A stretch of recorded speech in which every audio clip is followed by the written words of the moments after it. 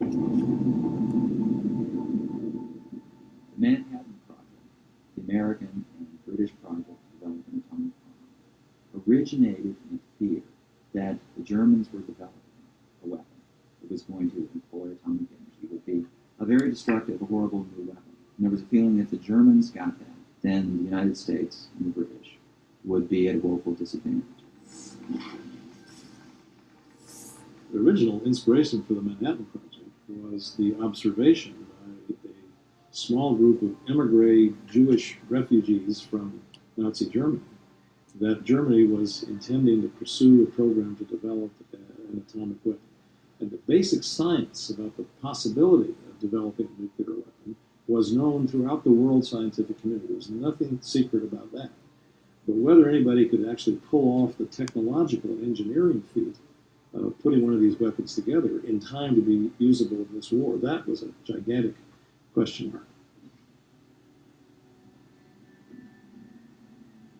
It wasn't just an unparalleled intellectual effort to work out the theory, it was also a massive engineering manufacturing project to actually make the fuel, to run the centrifuges, to create enough fuel for these bombs, and to do both those things at once, to bring together the cream of the American physics community and some of the greatest scientists from all over the world, together with the scale of an operation to actually have fuel to begin experimenting and building a bomb, was really the genius of that project.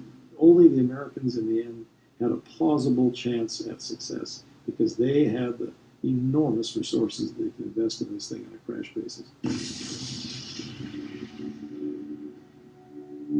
It was only when the atomic bomb was tested in July 1945 that the power of this new weapon became apparent.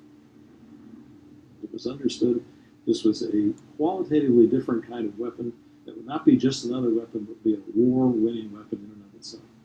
By that time, the war in Europe is over. So, in a sense, it's an accident of timing that the first bomb gets dropped on Japan and not on Germany.